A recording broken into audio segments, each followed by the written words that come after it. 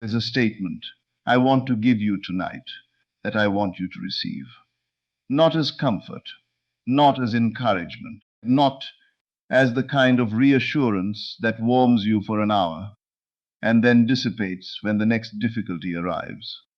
I want you to receive it as a description of the law. Everything always works out for you.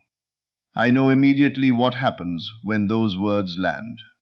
Part of you wants to receive them. A part of you, the part that has been watching your life closely for some time, now pushes back because you have evidence, specific, personal, undeniable evidence that things do not always work out. Circumstances have failed you, that people have disappointed you, that you have worked and hoped and imagined and still arrived at outcomes that did not resemble what you desired. I'm not here tonight to tell you that evidence is wrong. I am here to tell you that it is incomplete, and that the part it is missing, the part that once understood, transforms the meaning of every difficult thing you have experienced, is the part I want to address tonight. The statement, everything always works out for you, is not a prediction about the future. It is a description of a state of consciousness, a specific, habitable, entirely available inner orientation from which reality is experienced differently and from which the creative law operates differently. It does from any other state. When you genuinely occupy that state, not as a performance, not as an affirmation you repeat to override doubt, as a genuine, settled, felt conviction about the nature of your relationship with reality, you become, for the first time, the author of your experience rather than its recipient. Tonight, I want to show you what that state actually is, how it works, how to inhabit it in a way that does not require you to deny your current circumstances, but actually uses them as the beginning of the transformation. Let me begin with the objection. Because until the objection is genuinely addressed, nothing else I say tonight will land with the weight it deserves. Of evidence that things do not always work out. I acknowledge this completely. You can point to specific moments, specific outcomes, specific situations where what you hoped for did not materialize, where what you feared came to pass. The circumstances did not arrange themselves in your favor, despite your genuine effort and genuine desire for a different result. This evidence is real. I'm not asking you to pretend it is not. What I am asking you to examine is the interpretation you have placed on it, specifically. The conclusion that because things did not work out in the way you hoped, in the time you expected, through the channels you anticipated, the principle of everything working out does not apply to you, is what I want to offer in response to that interpretation. The outer world does not show you what is currently true. It shows you what was previously established in consciousness. The conditions you are experiencing right now are not the report on your current inner state, are the report on your past inner state, the materialized expression of assumptions held in the days and months and years that preceded this moment. The outer world is always the past, made visible. This means something of extraordinary practical importance. The fact that things have not worked out in the way you wanted is not evidence that things cannot work out. It is evidence of what was previously held in consciousness, which may include doubt. The fear, the settled conviction that things usually go wrong, the habitual assumption that you are the kind of person to whom good outcomes do not reliably come, not because you are worse than others, not because the law discriminates, because consciousness creates, and whatever is held as true in consciousness eventually becomes the facts of outer experience. The outer world is the harvest of inner planting, and if the harvest has not been what you wanted, The first question to ask is not what is wrong with the outer world, but what was planted. And here is the liberation in that question. If the harvest follows the planting, then changing the planting changes the harvest, not immediately. There is always an interval between the inner and the outer, but reliably without exception. By law, I want to describe now the precision that this principle deserves. What the state of everything always works out actually feels like from the inside, because it is frequently misidentified. The misidentification leads people to practice something adjacent to it without ever arriving at it. The state is not optimism. Optimism is the belief that things will probably turn out well, a favorable probability assessment, held with reasonable confidence. The state I am describing is not a probabilistic claim. It does not say things will probably work out. It is the settled, taken for granted, completely unremarkable conviction that they do, that the universe is, its foundation, organized in your favor, that the creative intelligence underlying all of existence is not indifferent to your life, but is, in fact, precisely oriented toward your highest expression, that every circumstance, including the ones that currently look like obstacles, is part of a larger pattern that is, ways you can sometimes see and sometimes cannot, working toward your good. The state is not the absence of difficulty. I want to be clear about this, because a common misreading of this principle leads people to expect that adopting it will produce a life without challenge. It will not. The state does not eliminate the presence of challenge. It transforms your relationship to challenge. A person in this state encounters difficulty not as evidence that things are not working out, as a feature of a process that is working out as necessary pressure, as the specific material through which something valuable is being shaped. The current chapter of a story whose ending they trust. The state is also not performed confidence, the outward display of certainty used to convince others or oneself. Performance requires ongoing effort and collapses under sustained pressure. The state I am describing is more deeply rooted than performance. It's a specific quality of consciousness that belongs to someone who, in their bones, simply knows that they are held, that the universe from which they arose and within which they live is not their adversary. This knowing is quiet, does not need to announce itself. It does not require outer confirmation to remain stable. It is simply there. The background orientation of a consciousness that has genuinely accepted this as true. How do you know if you are in the state rather than performing it? By your automatic reactions. When something goes wrong unexpectedly, not in your deliberate thoughts, but in the immediate, unplanned, unconsidered reaction of your first moment. What is there? There is the sharp, tight jolt of one who has just been confirmed in their fear that things go wrong. You are not yet in the state. If there is something more like a pause, a steadiness, a recognition that this too is part of what is unfolding, and that the unfolding is trustworthy, you are. The state is cultivated by inhabiting it repeatedly, in imagination and in feeling, until it becomes the default orientation of your consciousness, rather than an aspiration you are reaching toward. I want to give you now the most powerful practical tool I know for cultivating this state, and I want to give it in enough detail that you can use it tonight. The practice is revision. I have spoken of it in other contexts, but tonight I want to give it its specific application to the state of everything working out, is what revision means in this context.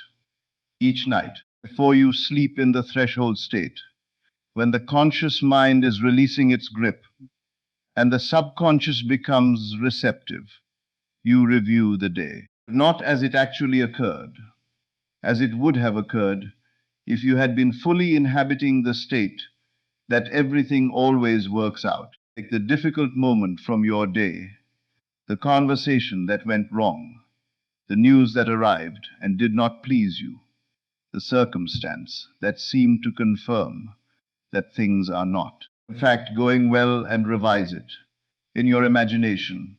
See it resolving differently, not as fantasy, not as denial, as the active choice to plant a different seed than the unrevised event planted.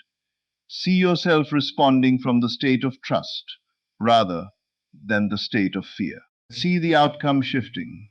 Feel the specific quality of relief and ease that belongs to one for whom this resolved well. This revision is not dishonesty about what happened, it is the recognition that what happened in the outer world is the past. It is already crystallized, already behind you. But what it plants in your subconscious through your habitual response to it is still being determined. When you accept the event as evidence that things go wrong and carry that acceptance into sleep, you plant that seed when you revise the event, living through the improved version in imagination before sleep. You plant a different seed in the subconscious, which does not distinguish between the vividly imagined and the actually experienced, receives and works from what you give it. Practice this every night, not exhaustively, not as a lengthy ritual. The effectiveness of this practice comes from its consistency, not its duration. 3 to 5 minutes in the specific state of the wish fulfilled, of the day revised into perfect resolution, and then let yourself drift into sleep from inside that revised version, from inside the state in which everything worked out, over days, over weeks. The subconscious receives this material at its most receptive moment and builds it into the assumptions from which it operates. The inner conviction that things work out is not declared once and held through willpower. It is established gradually through the patient, consistent practice of impressing it upon the deeper mind every night, as it establishes itself at the subconscious level, as the assumption moves from something you are trying to hold to something. The deeper mind simply takes as given the outer world begins to adjust. The harvest begins to change because the planting has changed. Not overnight.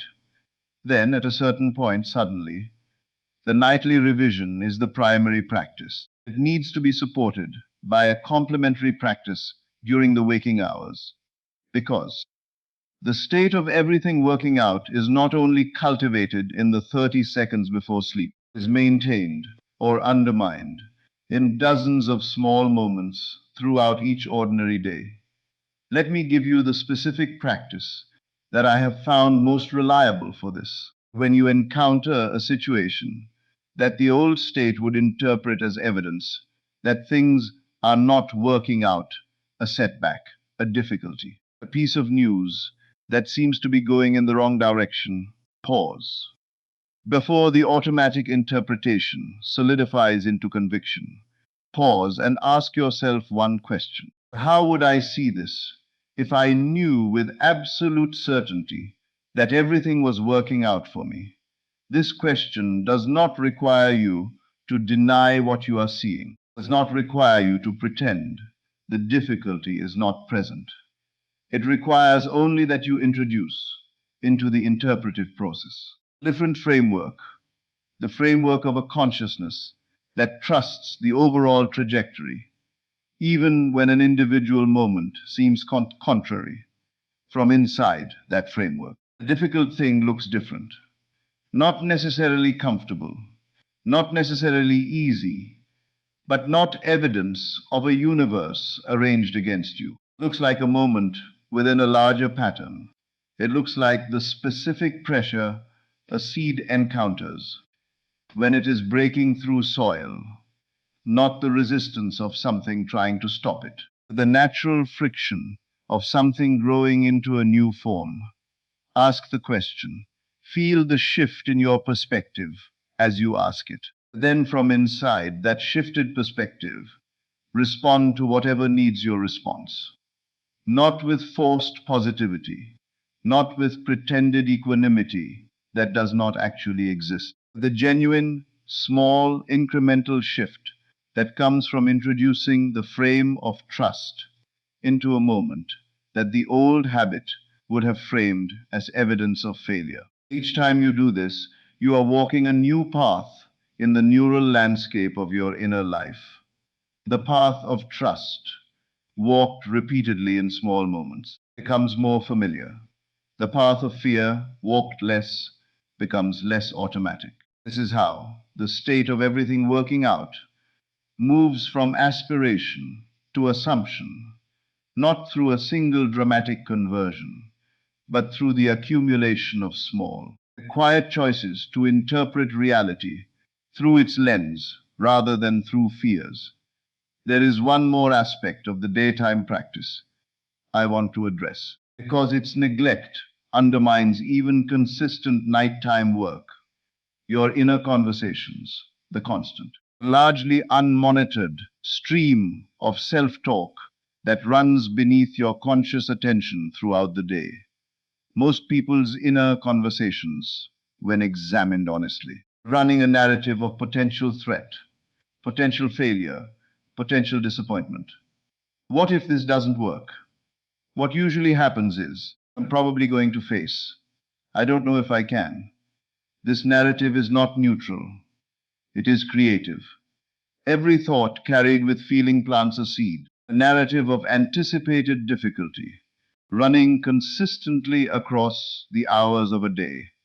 Plants far more than a 5-minute revision practice. Each night can counteract. Begin to hear your inner conversations. And when you hear the narrative of the old state, the narrative that things do not tend to work out gently, without strain, redirect it, not to performed optimism, to the simple, matter-of-fact language of one who trusts. This is working out. This is in progress. This is part of the unfolding.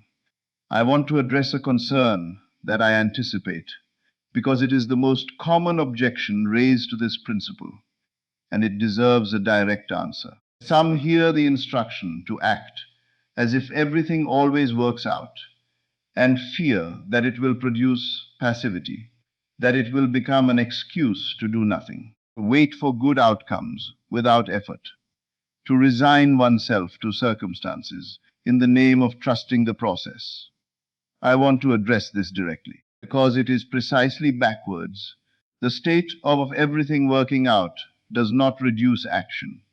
It transforms the ground from which action arises. In doing so, produces action of an entirely different quality. Action arising from the state of fear, from the conviction that things tend to go wrong, and that relentless effort is required to prevent disaster, is driven, anxious, and exhausting. It is fueled by the energy of inadequacy, trying to prove itself. And even when it produces external results, it rarely produces inner satisfaction, because its underlying premise has not changed. Action arising from the state of trust, from the conviction that the process is fundamentally oriented toward your good, and that your role is to show up fully and move with the guidance you receive, has a completely different quality. It is inspired rather than driven. It arises naturally from the state, rather than being forced from a state of fear. It's characterized by the specific ease of someone who is not trying to prevent disaster, but expressing what they genuinely are, from the state of everything working out. You approach a difficult conversation not as a threat to be managed, but as an opportunity to be navigated well. Approach an obstacle not as evidence of your inadequacy, but as a problem to be solved by the kind of person you are. You take bold steps you would not have taken from fear, because the boldness is not recklessness, but the natural expression of genuine confidence in the trajectory. And crucially, you notice more. A consciousness oriented toward trust perceives the field of possibility more fully than a consciousness oriented toward threat. Opportunities that were always present but invisible to a mind, scanning for danger, become visible to a mind, operating from the assumption that good things are there to be found. Not because reality has changed, but because perception has. And perception determines everything you can act on. This is not passivity. This is the most empowered possible relationship with your own life. Acting from the state of everything working out is acting from your fullest capacity, your clearest perception, guided by a confidence that is not performed but genuinely felt. Let me offer you, before we close, a different way of looking at the evidence of your life. You have been reading it as the story of what has and has not worked out. And from that reading, you have drawn conclusions about what is and is not possible for you, about whether you are the kind of person for whom things tend to work out, about whether the universe is, in fact, arranged in your favor. I want to offer you a different reading. Every difficulty you have endured has left something in you, something that was not there before, a capacity, a depth, a quality of understanding, resilience, a specific kind of wisdom that could not have been developed any other way. Every closed door led you somewhere. Every redirection, even the painful ones, contributed to the particular configuration of who you are today. You are reading for this. I cannot yet see the whole pattern. You are still inside it. But that does not mean the pattern is absent. Evidence that everything always works out is not only found in the moments that felt like success, it is found by the consciousness willing to look for it. In the entire arc, in the way the very things that seemed to work against you were, when the full picture became visible, the things that made everything else possible. This is not consolation. This is the honest reading of a consciousness that has decided to interpret its life through the lens of trust rather than the lens of fear. That decision made tonight, renewed each morning, reinforced in the small moments, and the nightly revision is the act of creation that begins to change what the next chapter of the evidence contains. Act as if everything always works out, not because your current circumstances confirm it, because in the deepest truth of the creative law is already true, and your acting from that truth is the seed from which its outer confirmation must grow. Tonight, before sleep, take 5 minutes. Revise your day into the version where everything worked out. Feel the specific relief and ease of that version. Carry it across the threshold of sleep. Tomorrow, in the difficult moment, pause. Ask the question, how would I see this if I knew everything was working out? And then see it that way. Persist, not because the outer world immediately confirms you, because you understand now the direction of causation. The inner creates the outer. Assumption precedes the condition. The state of trust is the seed from which the evidence of trust must eventually grow. Everything always works out for you, not as a wish, not as comfort, as the law, applied with full understanding by the one who has decided in consciousness, where all decisions that matter are made to live from that truth. This is Neville Lectures. I'll see you again in the next video.